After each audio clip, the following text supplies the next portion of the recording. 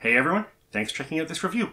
We got a code for a pre-release copy of the Princess Guide from NIS America, and I'm excited to share this review with you. It's a really interesting mix of an action RPG and conquest sim, which is a series I know a lot of people aren't into, myself included, but they did some interesting things with it, so let's check it out.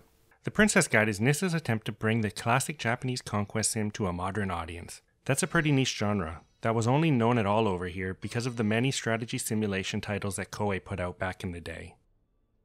If you haven't played any of the simulation games that Koei was best known for, they're generally either conquest or exploration based, where you send out units around a map, defeating enemies and taking over locations. You get money and experience to improve your stats, to stand up to the game's various challenges and complete its goals. That's a pretty vague description, because there are quite a few of these games and they're all quite a bit different, but at their core they have the same barriers to entry. They are all very menu based, with a big emphasis on strategy, and they're typically pretty difficult. The learning curve just to know what you're doing in one of these games is pretty high if you're not familiar with the genre. This game, however, really lightens the management portion of those kinds of games. You really only focus on your squads and moving around the map. Your squads are made up of a commander that you directly control in combat, and 3 different groups of 2 soldiers that you can issue orders to. You don't need to worry about trading, conquering locations, enemy units that can do anything but attack you on the map, so it's simplified and pretty accessible compared to those. So the Princess Guide tries to bring the most interesting parts of the genre to a new and more accessible style of game, mixing in action RPG combat and some light features inspired by real-time strategy games. The game takes place in the Relic Islands, a continent split into 4 unique regions, each ruled by a different guild and led by its princess. As the player, you control your own created character, a male or female knight, who's a hero respected across the continent. Deciding that your expertise could be better used across all the Relic Islands, you decide to travel the world and train any princesses who want to learn how to become a better leader. And along the way, you're also going to write a diary, detailing the world, the princesses, and your experience. This is where your character's chosen personality comes into play, as you can read the diary in-game, and the entries are written based on that. So if you want to have more serious entries, you can choose a serious personality, or you can go with a silly or pervy personality to see the different tone in the entries. The gameplay here is simple enough once you get your head around everything that you can do, but man does that take some time. The opening tutorial bombards you with commands and details that don't do a good enough job describing how the game works. Which is a shame because it's not a popular genre over here, and they really could have done a better job onboarding players who don't know what kind of game this is. You can split up the gameplay into 3 different styles: the area map strategy parts, the action RPG combat stages, and the customization options that go into building and maintaining your squads. There's also a virtual training mode, which features some retro-style, time-based minigames, but they aren't really that important overall. They're just like a nice fun diversion from the main game, and they do earn you some items. Starting with the area map, it's a series of connected locations that can feature different events, battles, or missions. There's several types of objectives.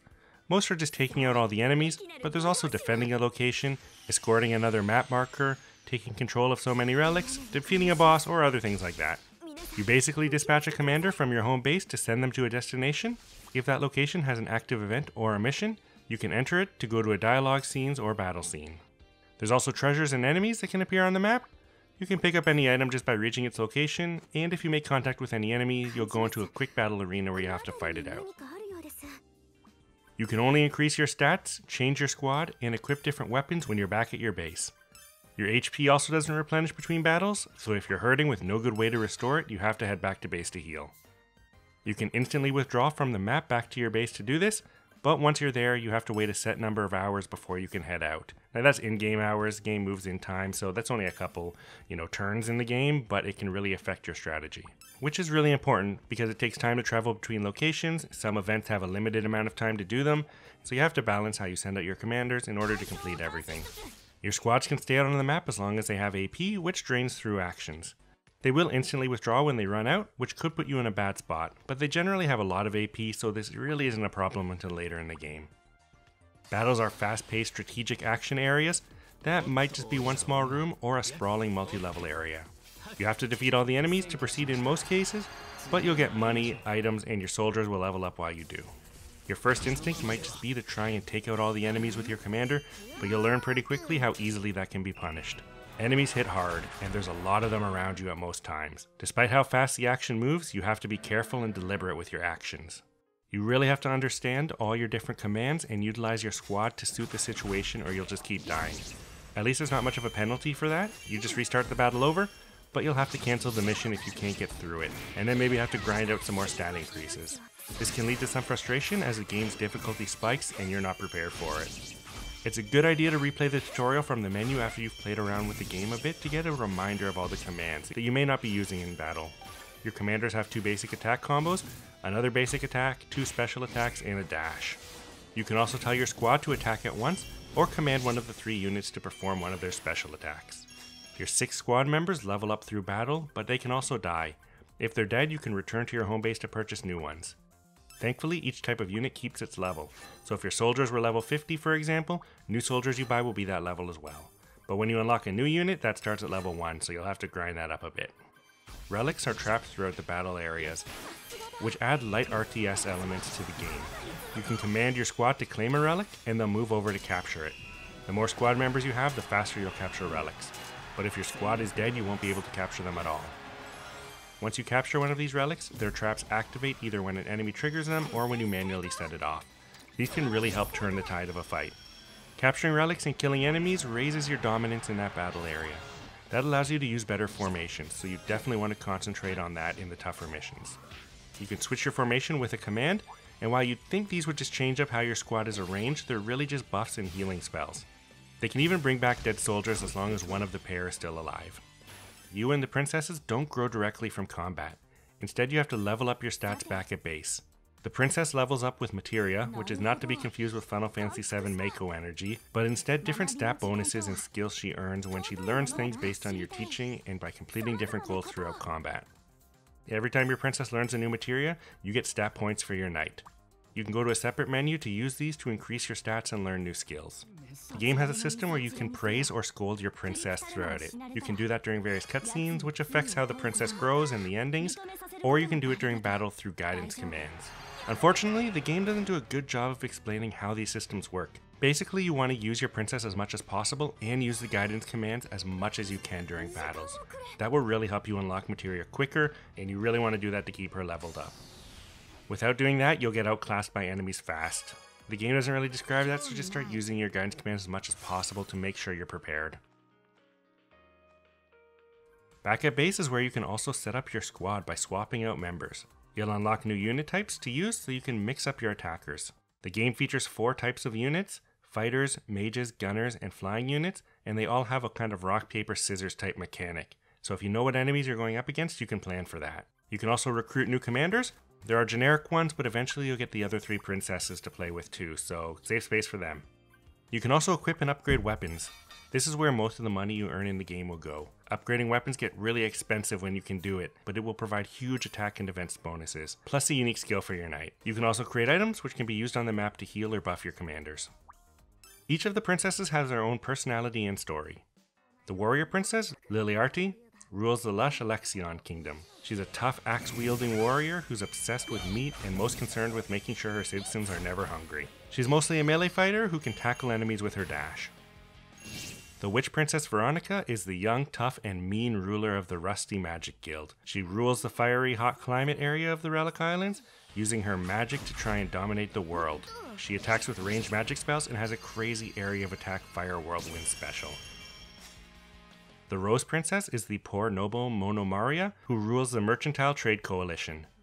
She's been saddled with her family's debt after her parents were killed, so she takes on tasks from her civilians to try and pay off that debt while searching for the answers about her parents' death. She's a gunner who mixes melee and ranged attacks, and she's got a ranged mortar special, which is great, and a huge special area attack spell that paralyzes enemies.